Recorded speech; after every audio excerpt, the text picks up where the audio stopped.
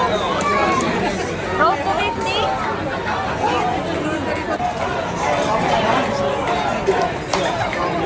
Road to 50. Road to 50. 50? Okay. Yes, yes. Road to 50. Ayla, road to 50. Yes, please. Hello guys! Welcome back! So, for today's video, tatalakayan natin kung bakit namin iniwan ang Dubai for Canada. Diba nakita nyo naman na ang saya-saya sa workplace ko? Kaya napapasmile na lang talaga ako pag nakikita ko tong video na to. And napaproud ako sa sarili ko kasi I made it this far. But like everyone else, I get burned out. And ito yung naging reason kung bakit ako ngayon nandito sa Canada. So tara, umpisa na natin why I left Dubai and moved to Canada. Dito pagod din sa work pero kung ikukumpara naman sa sahod at oras, panalo na. 37.5 hours per week dito and 2 days off. Sa Dubai, 54 hours, 1 day off. Sa Dubai, pag tinawagan ka or kinausap ka pumasok sa off mo, payag pero may konting sama ng loob at hinanakit. Ako lang to. Dito, pag pinapasok ka sa off mo, okay lang kasi per hour ang bayad so sulit. You can say no naman pero pag nandito na kayo, mas gugustuhin mo umuo kaysa humindi. OT dito as expected mataas compare sa Dubai. Sa ngayon, peak season dito so nakakapag-OT ako. Sa Dubai naman, sa company ko dati, before walang bayad ang OT, pero after pandemic and before ako umalis, bayad na rin naman ang OT. Overtime rate ko ngayon is 22.1 Canadian dollar per hour. Sa Dubai, ang mga colleagues natin is Indian, Nepali, Pakistani, African, Egyptian, and sa mga amo naman puti. Dito, of course, Canadian, Portuguese, Indian, African, Lithuania. And nakaka-amaze lang kasi mga senior ang nakaka-work namin dito. Imagine may ka-work kaming nasa 70 plus, 60 plus, as in senior na talaga. So, yun yung una naming napansin and na-amaze talaga ako sobra. Age doesn't matter talaga dito kasi siguro nga sa taas ng cost of living. So, as long as you can work, you need to work to sustain your needs or rents. Dito guys, 99% from management to staff may sasakyan. Yung 1% kami yun, yung mga baguhan. Necessity kasi talaga dito, unlike naman sa Dubai, easy access, metro pa lang, solve ka na. Magka-car ka pa ba? May public transport naman dito, same ng public bus sa Dubai, pero hindi pa namin na-try. And sa Filipino community naman sa Dubai, hats off ako, wala akong masabi, wala naman kami masamang tinapay kahit kanino. Sa Filipino naman dito, so far, lahat ng nakilala namin from airport na nagsundo sa amin, hi Ate Dali, thank you. And sa bahay na tinitirhan namin, kay Ate Mary and kay Kim, maraming salamat, ang bait nyo. And sa mga colleagues namin na lagi nag-offer ng rides pa uwi para ihatid kami sa bahay, the best kayo. Thank you, babawi na lang kami. Mall guys, maliit lang dito sa province kung nasan kami. Yung gaya ng Medina, Philippine Supermarket, West Zone or Bacala, wala dito. Kaya Walmart or Costco lang ang choice namin. Isa na rin yun kaya mataas ang cost of living dito. Dito sa Canada guys, magpa-province life ka talaga unless nasa city ka. Kung sanay ka sa Dubai na magarbong-magarbo, like alive na alive ang lugar, lalo na sa Riga, Satwa, Karama. So kung kimikera ka, and plan mo mag-Canada, please do research and watch multiple vlogs kung saang province ka babagay.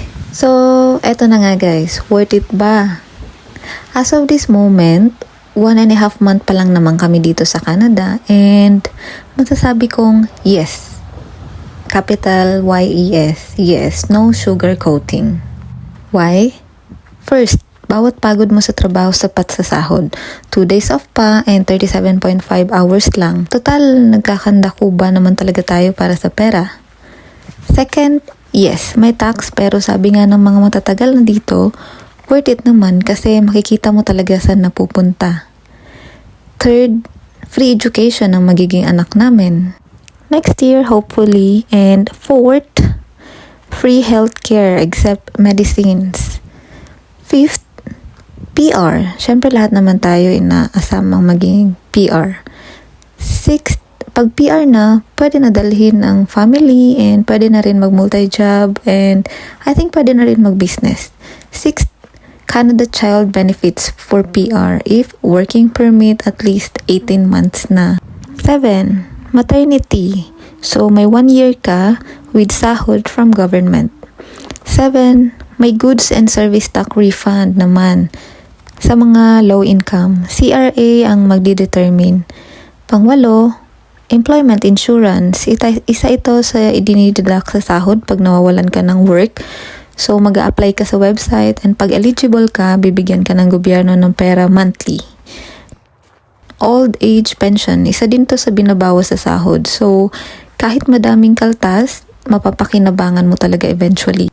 Not unlike sa Dubai, malaki rin kita pero pag wala ka ng lakas, magtrabaho, wala na, back to Pinas unless wise spender with investment ka while abroad.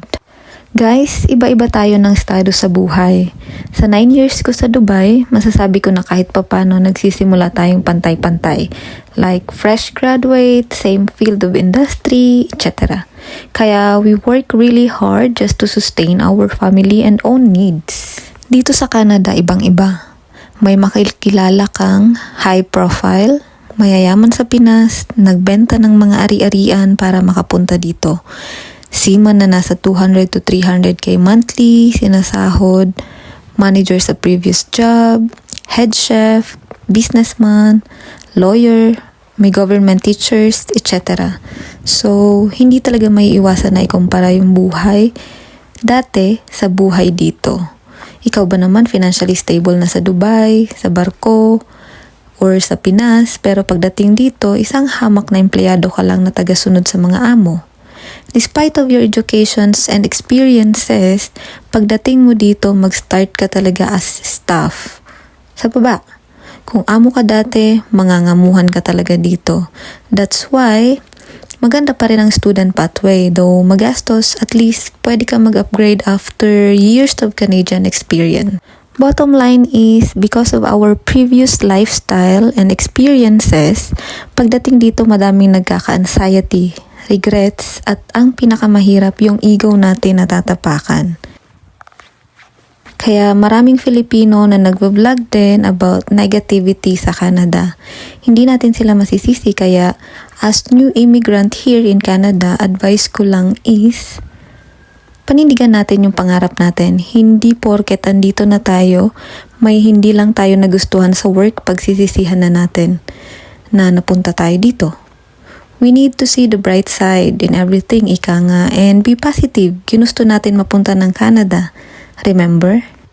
Kasi kung papatalo tayo sa hirap, sa ego, at sa lungkot na malayo sa pamilya, wala. Finish na. Sayang, diba? So, please, bago tayo pumunta dito, dapat handa kayo pagdating dito. Dapat alam nyo sa sarili nyo na ginusto nyo. At dapat may purpose kayo para panghawakan nyo hanggang dulo.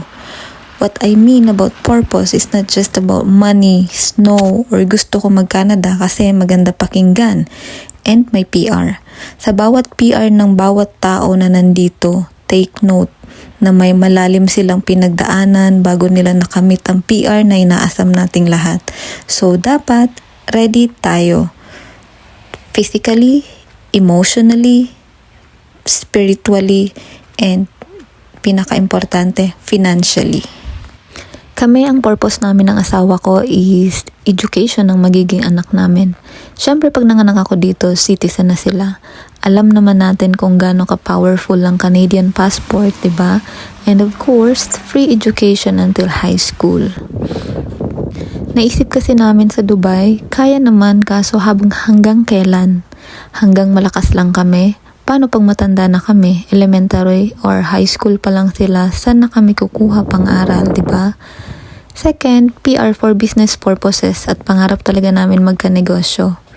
Third, retirement. Yung free healthcare isa din pero dami rin nga nagsasabi na halos isang araw mag-aantay. If mga minor problem, at least free pa din. Patience lang talaga. Bonus na lang yung sinasabi nilang quality of life, sahod, snow, etc. So, sa mga nag-a-apply pa lang and sa mga prospect ang Canada, all the best guys! Isa nga po pala sa na-realize namin nung nandito na kami is, kung ako po ang tatanungin kami ng asawa ko, let's assume na may ari-arian na ako, financially stable na sa Pinas or abroad, na igagapang naman sa pag-aaral ang mga kids, may bahay at lupa, may negosyo, hindi na ako or kami ng asawa ko magmamigrate dito. Ang Canada, hindi po para sa lahat. Hindi porket yung kaibigan, kapamilya, kakilala, andito na ay maganda na ang buhay. Huwag po tayong papadala sa emosyon nyo. Pag-aralan nyo maigi kasi mahirap magsisi sa bandang huli. So, if you are 100% decided to go through the process going here sa Canada, wag lang i-give up lahat. Parang love lang yan. Magtira din para sa sarili. Just in case hindi para sa atin ang Canada, may fallback tayo. All the best guys! See you in Canada! Sana may napulot kayong aral sa video natin ngayon. Maraming salamat! Bye!